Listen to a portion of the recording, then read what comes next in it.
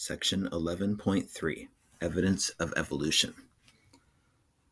By the end of this section, you will be able to explain sources of evidence for evolution, define homologous and vestigial structures. The evidence for evolution is compelling and extensive.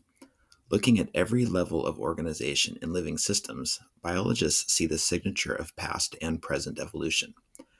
Darwin dedicated a large portion of his book, On the Origin of Species, identifying patterns in nature that were consistent with evolution, and since Darwin, our understanding has become clearer and broader. Fossils. Fossils provide solid evidence that organisms from the past are not the same as those found today. Fossils show the gradual evolutionary changes over time. Scientists determine the age of fossils and categorize them all over the world to determine when the organisms lived relative to each other.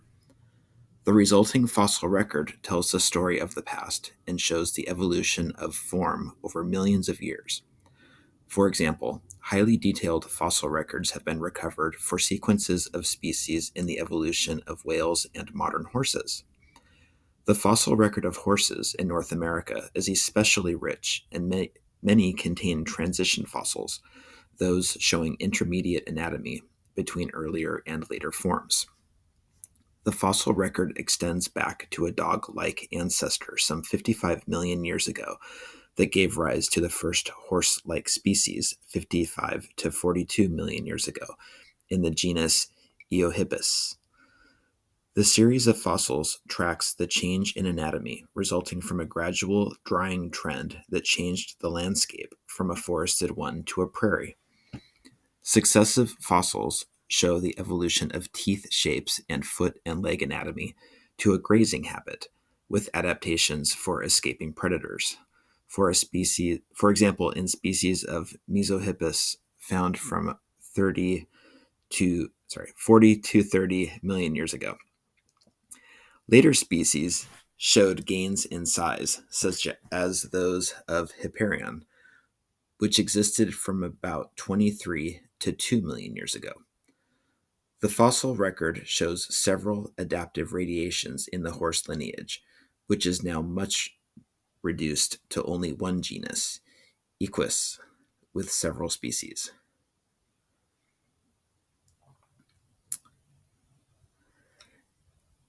Figure 1110. This illustration shows an artist's renderings of these species derived from fossils of the evolutionary history of the horse and its ancestors. The species depicted are only 4 from a very diverse lineage that contains many branches, dead ends, and adaptive radiations.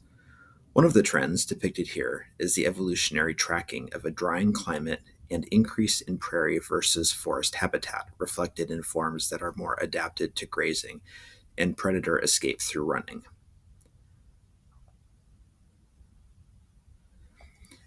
Anatomy and embryology. Another type of evidence for evolution is the presence of structures in organisms that share the same basic form. For example, the bones in the appendages of a human, dog, bird, and whale all share the same overall construction. That similarity results from their origin in the appendages of a common ancestor. Over time, evolution led to changes in the shapes and sizes of these bones in different species, but they have maintained the same overall layout, evidence of a descent from a common ancestor. Scientists call these synonymous parts homologous structures. Some structures exist in organisms that have no apparent function at all and appear to be residual parts from a past ancestor. For example, some snakes have pelvic bones despite having no legs because they descended from reptiles that did have legs. These unused structures without function are called vestigial structures. Other examples of vestigial structures are wings on flightless birds, which may have other functions, leaves on some cacti, traces of pelvic bones in whales, and the sightless eyes of cave animals. Figure 11.1. The similar construction of these appendages indicates that these organisms share a common ancestor.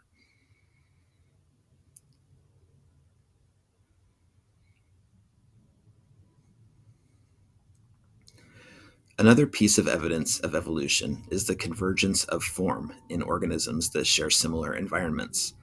For example, species of unrelated animals, such as the Arctic fox and the ptarmigan, a bird, living in the Arctic region, have temporary white coverings during winter to blend with the snow and ice.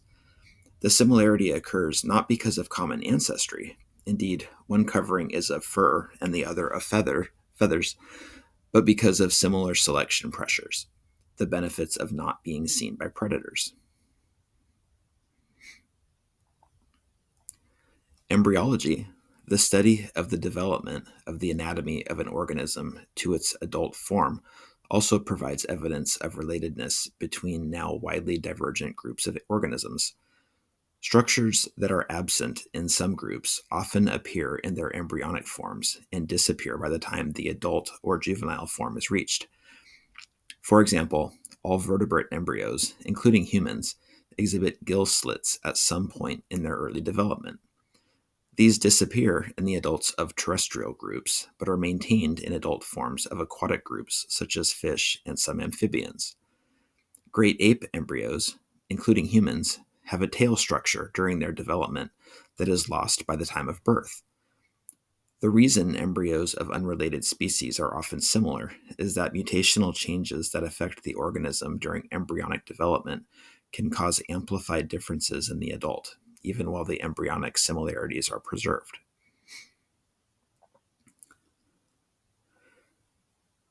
And here's a look at figure 11.2 with the Arctic fox on the left and the ptarmigan on the right.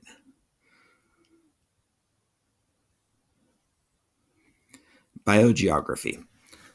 The geographic distribution of organisms on the planet follows patterns that are best explained by evolution in conjunction with the movement of tectonic plates over geological time. Broad groups that evolved before the breakup of the supercontinent Pangaea about 200 million years ago are distributed worldwide. Groups that evolved since the breakup appear uniquely in regions of the planet. For example, the unique flora and fauna of northern continents that formed from the supercontinent Laurasia and of the southern continents that formed from the supercontinent Gondwana.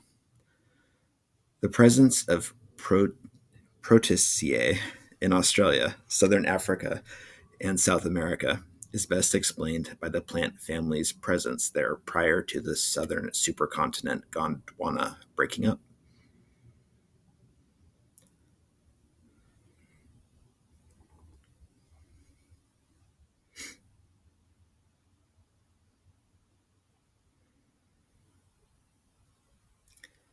The great diversification of the marsupials in Australia and the absence of other mammals reflects that island continent's long isolation. Australia has an abundance of endemic species found nowhere else, which is typical of islands whose isolation by expanses of water prevents migration of species to other regions. Over time, these species diverge evolutionarily into new species that look very different from their ancestors that may exist on the mainland. The marsupials of Australia, the finches on the Galapagos, and many species on the Hawaiian Islands are all found nowhere else but on their island, yet display distant relationships to ancestral species on mainlands. Molecular biology. Like anatomical structures, the structures of the molecules of life reflect descent with modification. Evidence of a common ancestor for all of life is reflected in the universality of DNA as the genetic material and of the near universality of the genetic code and the machinery of DNA replication and expression. Fundamental divisions in life between the three domains are reflected in major structural differences in otherwise conservative structures, such as the components of ribosomes and the structures of membranes. In general, the relatedness of groups of organisms is reflected in the similarity of their DNA sequences, exactly the pattern that would be expected from descent and diversification from a common ancestor. DNA sequences have also shed light on some of the mechanisms of evolution. For example, it is clear that the evolution of new functions for proteins commonly occurs after gene duplication events. These duplications are a kind of mutation in which an entire gene is added as an extra copy, or many copies, in the genome. These duplications allow the free modification of one copy of mutation, selection, and drift, while the second copy continues to produce the functional protein. This allows the original function for the protein to be kept, while evolutionary forces tweak the copy until it functions in a new way.